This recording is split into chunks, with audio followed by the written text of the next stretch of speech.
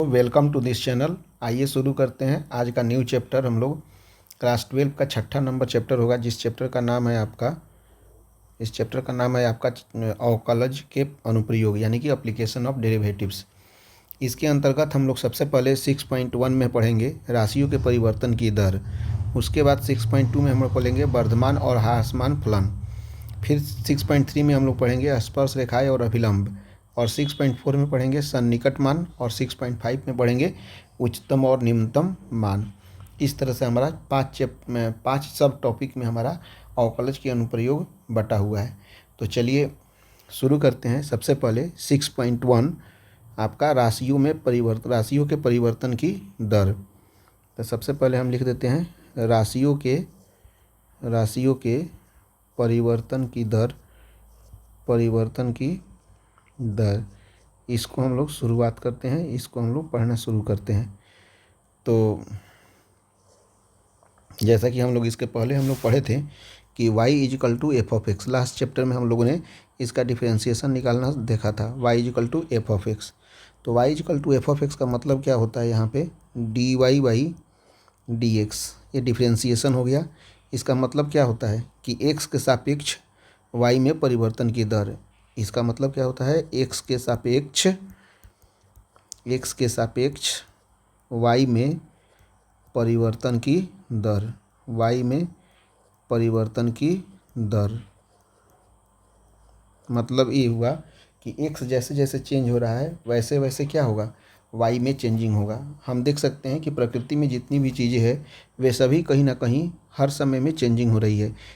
मतलब dy by D x होता है, dx बाई dt भी हो सकता है। मतलब जैसे जैसे x चेंज होगा वैसे वैसे y भी चेंजिंग होगा। x के सापेक्ष y में परिवर्तन की दर को ही हम लोग क्या बोलते हैं, dy बाई डी एक्स बोलते हैं। जैसे यहाँ पे हम समझ सकते हैं कि एक सर्किल दिया हुआ है, तो जैसे जैसे इसका हम रेडियस चेंज करेंगे वैसे वैसे इसका जो है वैल्यू चेंज होते जाएगा। जैसे इसका रेडियस अलग होगा, फिर इसका रेडियस अलग होगा, फिर इसका रेडियस अलग होगा। इस तरह से हम लोग जैसे जैसे रेडियस चेंज होगा वैसे वैसे इसका वैल्यू भी चेंज होगा। यदि हम मान लेते हैं एरिया इजिकल टू इसका होता है पाई आर स्क्वायर, तो इसका हमको चेंजिंग दिखाना है तो D A by D R, यानी कि आर के रिस्पेक्ट में इसका हम डिफ्रेंशिएशन निकाल देंगे, डी बाई डी आर। और एरिया कितना है, पाई आर स्क्वायर, तो इसका डिफ्रेंशिएशन निकालेंगे, पाई कॉमन हो जाएगा, आर स्क्वायर हो जाएगा 2r, यानी कि 2 पाई आर। यानी कि इसका चेंजिंग जो होगा 2 पाई आर के माध्यम से होगा। अब हम लोग आगे देखते हैं। अब हम लोग कुछ ज्यामितीय आकृति का उसका परिधि, क्षेत्रफल, ये सब देख लेते हैं, क्योंकि यहाँ पे कहीं ना कहीं सबका ज़रूरत पड़ेगा। तो सबसे पहला है हमारा ज्यामितीय आकृति, वह है आपका वृत्त। तो वृत्त के बारे में हम लोग थोड़ा सा देख लेते हैं कि जैसे मान लीजिए कि ये वृत्त हो गया, तो निश्चित रूप से इस वृत्त का एक रेडियस होगा।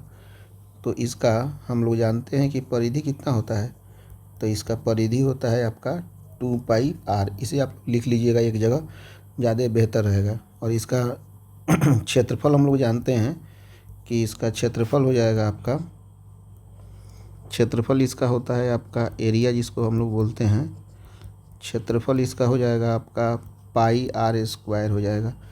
उसके बाद में दूसरा नंबर पे हम लोग वृत्त के बाद में आयत को देख लेते हैं। तो आयत का क्षेत्रफल तो सभी लोग जानते हैं, आयत में एक लंबाई होता है और एक चौड़ाई होता है। ये वाला हो गया लंबाई और ये हो गया चौड़ाई। तो आयत का एरिया यानी कि क्षेत्रफल जो होता है वह होता है लंबाई गुने चौड़ाई। और इसका पेरीमीटर यानी कि परिमाप जो होता है वह होता है आपका 2 इंटू लंबाई प्लस चौड़ाई। फिर उसके बाद में आप तीसरा नंबर पे देख लीजिए, यह है आपका वर्ग दिया हुआ है। तो वर्ग में वर्ग की चारों भुजाएं जो होती है वह आपस में बराबर होती है। जैसे यहाँ पे दिया हुआ है, इसकी चारों भुजाएं आपस में बराबर है, ए सब ए है। सबसे पहले इसका क्षेत्रफल हम लोग देख लेते हैं। तो इसका क्षेत्रफल जो होता है आपका वर्ग का क्षेत्रफल हो जाता है भुजा स्क्वायर, यानी कि ए का स्क्वायर। और इसका परिमाप जो होता है वह परिमाप हो जाएगा आपका 4 गुने भुजा। उसके बाद में नेक्स्ट हम लोग देखते हैं, नेक्स्ट जो आकृति है आपका 4 नंबर में आकृति हम लोग पढ़ेंगे वह आकृति होगा घन का। तो घन को हम लोग बना लेते हैं। तो घन भी एक तरह से वर्ग का एक्सटेंडेड फॉर्म होता है। यहाँ पे एक वर्ग लिए, यहाँ पे हमने बना दिया, तो ये हमारा घन की आकृति बन जाएगी। ये हमारा घन हो गया मान लीजिए, जिसकी सभी भुजाएं क्या है, बराबर है। तो घन का जो पृष्ठीय क्षेत्रफल होता है, घन का जो पृष्ठीय क्षेत्रफल होगा वह होता है आपका 6a² होता है। और घन का आयतन जो होता है, तो घन का आयतन होता है आपका AQ। ये सब का यूज पड़ता है, इसीलिए हम एक जगह लिखा देते हैं कि कहीं भी कोई भी प्रॉब्लम नहीं हो। यदि इसका ज़रूरत पड़े तो हम लोग इसका यूज कर सके हर जगह। तो सबसे पहले अब 5वां नंबर पे आ जाते हैं घनाभ। घनाभ दिया हुआ है, तो घनाभ का फिगर हम लोग बना लेते हैं पहले कि घनाभ होता कैसे है। तो निश्चित रूप से आप जानते हैं कि ये एक तरह से आयत हुआ, तो आयत से ही हम लोग घनाभ बना लेते हैं। ये निश्चित रूप से ये घनाभ की आकृति बन रही है। तो इसकी लंबाई, चौड़ाई और ऊंचाई जो होती है तीनों अलग अलग होती है। यहाँ पे मान लेते हैं कि ये लंबाई दिया हुआ है और ये दिया हुआ है हाइट h, और ये दिया है चौड़ाई। तो लंबाई, चौड़ाई और ऊंचाई दिया हुआ है। तो सबसे पहले हम इसका पृष्ठीय क्षेत्रफल निकाल लेते हैं कि इसका पृष्ठीय क्षेत्रफल कितना होता है। तो निश्चित रूप से इसका पृष्ठीय क्षेत्रफल जो हो जाएगा वह हो जाएगा आपका 2 इंटू लंबाई गुने चौड़ाई प्लस चौड़ाई गुने ऊंचाई प्लस ऊंचाई गुने लंबाई। इस तरह से हमारा पृष्ठीय क्षेत्रफल हो गया 2 इंटू लंबाई गुने चौड़ाई प्लस चौड़ाई गुने ऊंचाई प्लस ऊंचाई गुने लंबाई। उसके बाद में घनाभ का जो आयतन होता है, वह घनाभ का आयतन होता है आपका लंबाई गुने चौड़ाई गुने ऊंचाई होता है। इस तरह से हम लोग घनाभ के बारे में भी पढ़ लिए कि घनाभ का पृष्ठीय क्षेत्रफल और घनाभ का आयतन क्या होता है। अब हम 6 नंबर में पढ़ते हैं बेलन के बारे में कि बेलन क्या होता है। बेलन को हम लोग इस तरह से डिनोट करते हैं, और एक तरह से ये सिलिंड्रिकल फेस होता है बेलन इस तरह की आकृति होती है, जिसमें आपका ये वाला पॉइंट होता है हाइट, यानी कि h होता है ये, और उसके बाद में और ये होता है आपका यहाँ से यहाँ तक r हो जाता है, ये होता है r।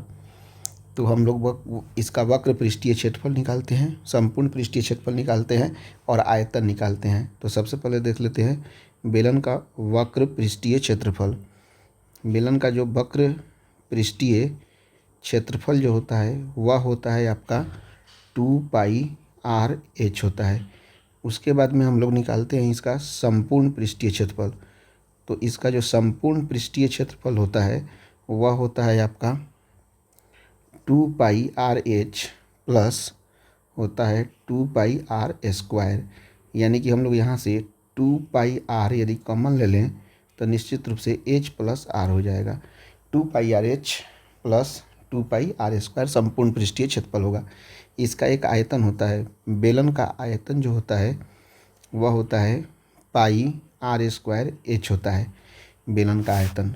अब उसके बाद में 7वां नंबर पे हम लोग देखते हैं। 7वां नंबर में आ जाएगा आपका शंकु। 7वां नंबर में क्या आ जाएगा, शंकु, जिसे हम लोग कोन बोलते हैं। तो शंकु की आकृति जो होती है इस तरह से होती है कुछ, ये आपका शंकु हो गया। तो शंकु में क्या होता है, एक सैलेंट हाइट होता है जिसको हम लोग बोलते हैं त्रियक रेखा L। उसके बाद में ये वाला हो जाता है हाइट और ये वाला होता है रेडियस R। तो इसमें सबसे पहले एक होता है RS, यहाँ पे कर्ण इसको मानते हैं, तो ये R² प्लस H² = L² हो जाएगा। यानी कि कर्ण स्क्वायर इक्वल टू लंब स्क्वायर प्लस आधार स्क्वायर। यहाँ पे हम लोग लिख सकते हैं L² = H² प्लस R²। कहीं कहीं इसका भी यूज पढ़ सकता है, हम लोग 10th क्लास में मेंसुरेशन में सब पढ़े होंगे। उसके बाद में आ जाइए इसका वक्र पृष्ठीय क्षेत्रफल कितना होगा। वक्र पृष्ठीय क्षेत्रफल, तो इसका वक्र पृष्ठीय क्षेत्रफल जो होता है वह होता है πrl। उसके बाद में इसका संपूर्ण पृष्ठीय क्षेत्रफल हम लोग निकालेंगे। तो इसका संपूर्ण पृष्ठीय क्षेत्रफल जो होता है वह होता है आपका πrl प्लस कितना हो जाएगा, πr²। यहाँ से अगर निकालना चाहें तो πr कॉमन ले सकते हैं, l प्लस r हो जाएगा।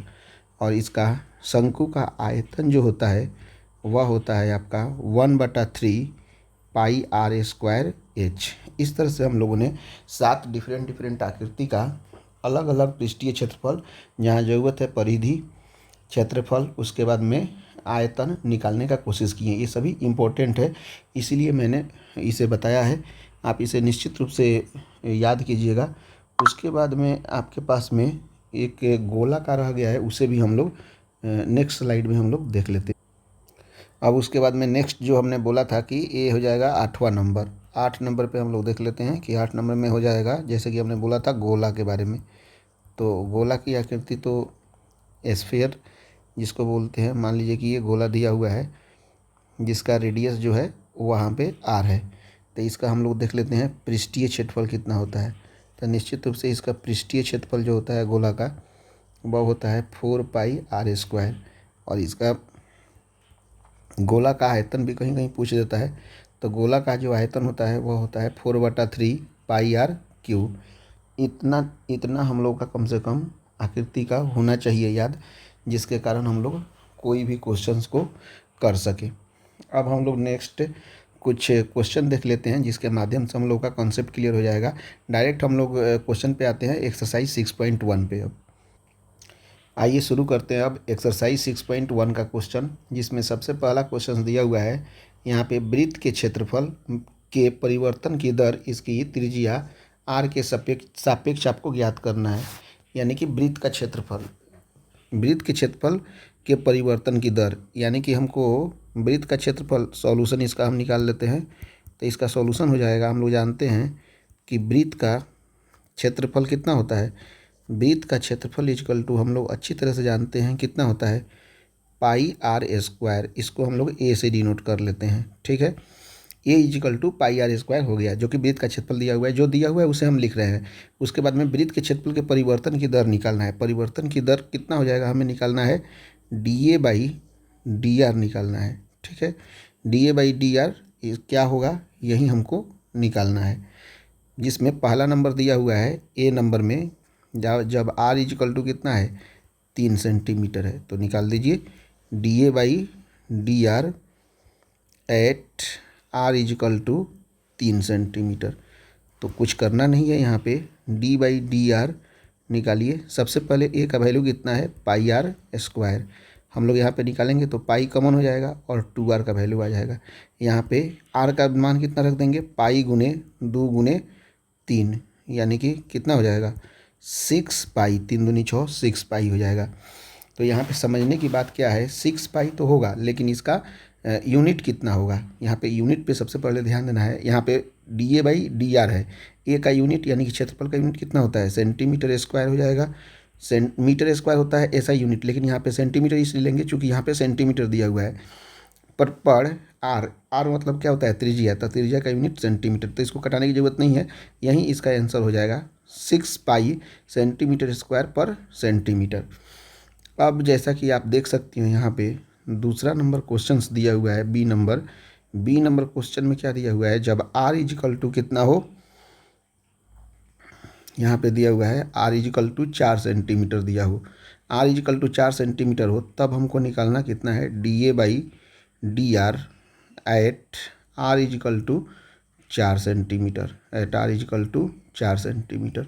अब यहाँ पे D/DR और ए का वैल्यू हम जानते हैं कितना होता है, पाई आर स्क्वायर। अब इसका डिफ्रेंसिएशन निकाल देंगे, पाई कॉमन हो जाएगा, आर स्क्वायर का कितना हो जाएगा, 2r। यहाँ पे आर का वैल्यू पुट कर देंगे 2 गुने 4, यहाँ पे कितना हो जाएगा, 4 दूनी 8 पाई। और 8 पाई जो होगा यहाँ पे कितना हो जाएगा, ए एरिया होता है सेंटीमीटर स्क्वायर हो जाएगा पर, और रेडियस का कितना हो जाएगा, सेंटीमीटर। यानी कि इसका आंसर हो गया आपका 8 पाई सेंटीमीटर स्क्वायर पर सेंटीमीटर आंसर। और इसका हो गया 6 पाई सेंटीमीटर स्क्वायर पर सेंटीमीटर। इस तरह से पहला क्वेश्चन हम लोगों ने कर लिया। अब उसके बाद में हम लोग देखते हैं दूसरा क्वेश्चन। अब हम लोग देख रहे हैं यहाँ पे दूसरा नंबर क्वेश्चन, जैसा कि यहाँ पे दिया हुआ है कि एक घन का आयतन, तो सबसे पहले इसका सॉल्यूशंस हम लोग करते हैं। तो जो जो पॉइंट दिया हुआ है उसको हम लोग लिखते जा रहे हैं।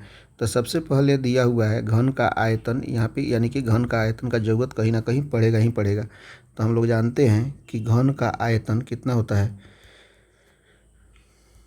घन का आयतन होता है आपका भी से डिनोट करेंगे तो भी इज इक्वल टू हो जाता है ए क्यू होता है। घन का आयतन कितना होता है ए क्यू। हमारे क्वेश्चन में क्या दिया हुआ है, घन का आयतन 8 सेंटीमीटर क्यूब की दर से बढ़ रहा है, यानी कि रेट दिया हुआ है। सेंटीमीटर क्यूब पर सेकेंड दे दिया, यानी कि रेट दिया हुआ है। दिया गया है हमारे पास क्वेश्चन में कि आयतन में क्या दिया हुआ है, आयतन में परिवर्तन की दर दिया हुआ है। आयतन में परिवर्तन की दर दिया हुआ है। परिवर्तन की दर कितना दिया हुआ है, 8 सेंटीमीटर क्यूब पर सेकेंड। तो इसको पहले समझना चाहिए। कुछ दिया तो नहीं है कि dx/dt है कि dv/dt है कि dx/dr है, लेकिन यहाँ पे जो यूनिट दिया हुआ है तो इस यूनिट के माध्यम से हम लोग समझ सकते हैं कि ये परिवर्तन की दर को हमको लिखना कैसे है। यहाँ पे सेंटीमीटर क्यूब दिया हुआ है, यानी कि dv लिखेंगे ऊपर में, और यहाँ पे सेकेंड दिया हुआ है, यानी कि dv/dt का वैल्यू दिया हुआ है कितना, 8 सेंटीमीटर क्यूब पर सेकेंड। फिर से एक बार देखिए, जब भी डायरेक्ट नहीं दिया रहा है तो यहाँ पे यूनिट से हम लोग पहचानेंगे। यूनिट में कितना दिया हुआ है, सेंटीमीटर क्यूब। तो सेंटीमीटर क्यूब जो यूनिट होता है वह डीवी का होता है, तो डीवी लिख लिए। यहाँ पे सेकेंड होता है डीटी का, तो dv/dt इक्वल टू कितना दिया हुआ है, 8 सेंटीमीटर क्यूब पर सेकेंड। यह पहला जो सेंटेंस है उसका मतलब हमने लिख दिया। पृष्ठ क्षेत्रफल किस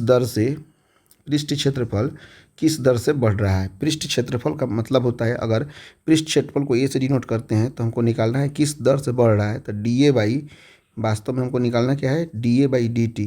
कब निकालना है, जबकि इसके किनारे की लंबाई कितना हो, 12 सेंटीमीटर हो। किनारे की लंबाई मतलब ए मान सकते हैं, जब ए इज इक्वल टू 12 सेंटीमीटर हो तो यही निकालना है। ए हमने मान लिया पृष्ठ क्षेत्रफल, तो dA/dt at A is equal to 12 centimetre पे निकालना है। क्वेश्चन सिर्फ इतना ही दिया हुआ है। अब हमको निकालना कैसे है, डायरेक्ट तो निकाल नहीं सकते हैं। यहाँ पे v is equal to A Q दिया हुआ है। चूँकि अब शुरू करते हैं, चूँकि v इज इक्वल टू दिया हुआ है ए क्यू, तो यहाँ से हम निकाल सकते हैं dv/dt, जो कि dv/dt ऑलरेडी यहाँ पे दिया हुआ था। तो dv/dt इज इक्वल टू, अगर इसका डिफ्रेंशिएशन करेंगे तो कितना हो जाएगा, d/dt, v का वैल्यू कितना है ए क्यू, और इसका मान हो जाएगा 3a² इंटू dA/dt। अब समझ लीजिए, ए dA/dt क्यों किए, क्योंकि ए भी वेरिएबल है और टी भी वेरिएबल है। तो जब डायरेक्ट टी यहाँ पे नहीं रहता है तो ये ए क्यू को समान जैसे करते हैं वैसे कर देंगे, फिर dA/dt लिख देंगे। तो इसका डिफ्रेंशिएशन ऑलरेडी पिछला क्लास में हम लोग किए हैं। तो 3a² इंटू dA/dt। अब वैल्यू पुट कर दीजिए। dv/dt का वैल्यू कितना है, 8 है। यहाँ पे 3 हो गया, ए का वैल्यू कितना दिया हुआ है, 12² दिया हुआ है, इंटू अब यहाँ पे कितना दिया हुआ है, dA/dt। यहाँ से dA/dt का वैल्यू हम निकाल सकते हैं। तो dA/dt इज इक्वल टू कितना दिया हुआ है, आप 8 डिवाइडेड बाई, इसको कटाते नहीं अभी रहने देते हैं, 3 गुने 12 दिया हुआ है। और इसको हम लोग क्या चीज़ लिखेंगे, एरिया को dA/dt जो दिया हुआ है, तो यह हो जाएगा हमारा, dA मतलब है आपका एरिया, तो ये हो जाएगा सेंटीमीटर स्क्वायर पर सेकेंड हो जाएगा। तो इसको हम लोग इक्वेशन नंबर 1 मान लेते हैं। dA/dt जो हमारा निकल गया वो। अब हम उसके बाद में क्या निकालेंगे, पृष्ठीय क्षेत्रफल का निकालते हैं। तो पृष्ठीय क्षेत्रफल का कितना हो जाएगा, पृष्ठीय क्षेत्रफल का ऑलरेडी यहाँ पे दिया हुआ है। पृष्ठीय क्षेत्रफल हम लोग जानते हैं, पृष्ठीय क्षेत्रफल का फॉर्मूला कितना होता है, पृष्ठीय क्षेत्रफल का फॉर्मूला घन का पृष्ठीय क्षेत्रफल एरिया से डिनोट करेंगे तो हो जाता है 6a² होता है। तो हमारे पास यहाँ पे दिया हुआ है dA/dt निकालना है। तो dA/dt का मतलब हो गया d/dt इंटू 6a² हो गया। अब यहाँ से हम निकाल सकते हैं, 6 कॉमन हो जाएगा तो यहाँ से हो जाएगा 2a इंटू यहाँ पे हो जाएगा dA/dt। हमारे पास यहाँ पे dA/dt का वैल्यू ऑलरेडी दिया हुआ है। तो dA/dt का वैल्यू हम पुट करते हैं वहाँ पे, यहाँ पे पुट कीजिए 6 इंटू 2a इंटू dA/dt का वैल्यू है आपका 8 डिवाइडेड बाई 3 गुने 12 गुने 12, और यहाँ पे a का वैल्यू हम पुट कर देते हैं 6 गुने 2 गुने 12 गुने 8 डिवाइडेड बाई 3 गुने 12 गुने 12। 12 से 12 कट जाएगा, 12 से 12 कट जाएगा, 6 दूनी 12, तो आंसर कितना हो जाएगा 8/3। और 8/3 यहाँ पे हम लोग लिखेंगे, एरिया ऊपर है तो सेंटीमीटर स्क्वायर लिखेंगे, पर टाइम नीचे है तो सेंटीमीटर स्क्वायर पर सेकेंड इसका आंसर हो जाएगा। इस तरह से हमने इस क्वेश्चन को सॉल्व कर लिया। फिर से आप इस वीडियो को ज़रूर देखिएगा कि कोई भी कन्फ्यूजन नहीं रहे। अब हम चलते हैं नेक्स्ट क्वेश्चन की तरफ। नेक्स्ट क्वेश्चन में क्या दिया हुआ है, आइए देखते हैं हम लोग अब तीसरा नंबर क्वेश्चन। तीसरा नंबर क्वेश्चन में क्या दिया हुआ है कि एक वृत्त की त्रिज्या दिया हुआ है। तो वृत्त की त्रिज्या को हम सॉल्यूशन नंबर में मान लेते हैं। वृत्त की त्रिज्या को हम क्या मानेंगे, वृत्त की त्रिज्या को हम आर से डिनोट करते हैं। और वृत्त की त्रिज्या को हम यहाँ पे क्या मान ले रहे हैं, वृत्त की त्रिज्या इक्वल टू आर दिया हुआ है। वृत्त की त्रिज्या समान रूप से यहाँ पे दिया हुआ है 3 सेंटीमीटर पर सेकेंड की दर से बढ़ रही है। यानी कि यहाँ पे वृत्त की त्रिज्या में परिवर्तन की दर दे दिया हुआ है। क्या दिया हुआ है, वृत्त की त्रिज्या में परिवर्तन की दर दिया हुआ है। वृत्त की त्रिज्या में परिवर्तन की दर कितना दिया हुआ है, परिवर्तन की दर 3 सेंटीमीटर पर सेकेंड दिया हुआ है। तो यहाँ से ही पता चल जाएगा कि यहाँ पे क्या लिखेंगे, सेंटीमीटर माने रेडियस होता है यानी कि डी आर लिख सकते हैं। यहाँ पे सेकेंड क्या होता है, डी टी होता है, यानी कि D R by D T equal to कितना दिया हुआ है, 3 सेंटीमीटर पर सेकेंड दिया हुआ है। ये हमने यहाँ पे डिकोड कर लिया। अब हम नेक्स्ट पढ़ते हैं, क्या दिया हुआ है, ज्ञात कीजिए कि वृत्त का क्षेत्रफल किस दर से बढ़ रहा है जबकि त्रिज्या 8 सेंटीमीटर हो। बेसिकली निकालना है वृत्त के क्षेत्रफल को हम लोग मान लेते हैं, वृत्त का क्षेत्रफल इक्वल टू हम मान लिए इसको ए। तो बोल रहा है वृत्त का क्षेत्रफल किस रेशियो से बढ़ रहा है।